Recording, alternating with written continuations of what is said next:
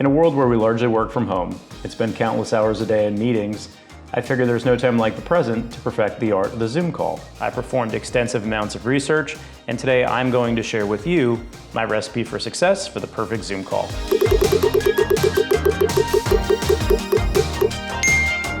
And before we get started, I'm assuming each of you has watched a video and has a proper setup at this point.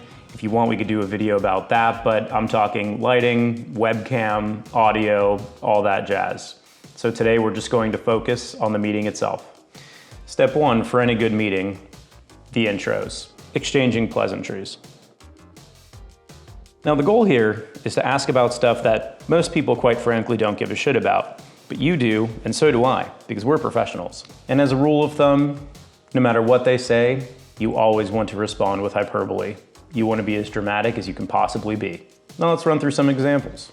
Even though I'm 35 and single and have decided not to have children, please tell me about yours, because nothing makes me happier than hearing about how you don't get any sleep and how you're stressed out and overworked all the time.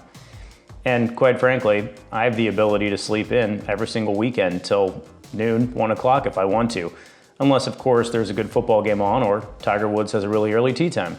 And no matter what they say, you want to respond with something like, "No way. That's the craziest thing I've ever heard. You've got to be kidding me. Oh, that's outrageous." Another question you might want to try is, so in all seriousness, how is it that you get all your work done? I mean, you're the busiest person that has ever, is currently, or will have ever lived.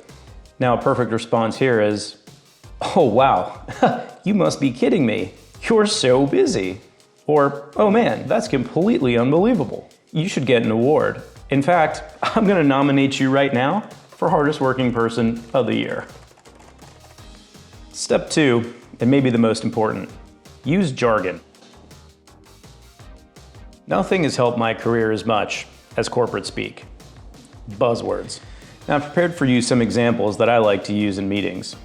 It's a great way of not really saying a whole lot, but using a lot of really impressive words that establish credibility and make people think you know what you're talking about. In the due diligence phase, we conducted a benchmarking survey using industry-leading practices against a relevant peer group. We then established a SWAT team to peel back that onion, open the kimono, and build a robust, scalable, repeatable, sustainable, and portable process that can be performed no matter who's in the seat of power or where they're located in the world. To avoid boiling the ocean, we identified synergies, leveraged bleeding edge technologies, identified low-hanging fruit, and found a way to expand your spheres of influence while streamlining processes and moving the needle. And last but not least, we circled the wagons. We got our ducks in a row. We aligned each and every objective with the company's core values and mission statement. We also identified the core competencies required to get buy-in from constituents, both internal and external. Number three, repeat what you heard. Everyone likes to feel heard, and everyone wants to know that you're tracking along through the meeting. To ensure we're all aligned, I'll repeat back to you what I heard. You would like to spend less money than you do today. You would like better processes, a better experience.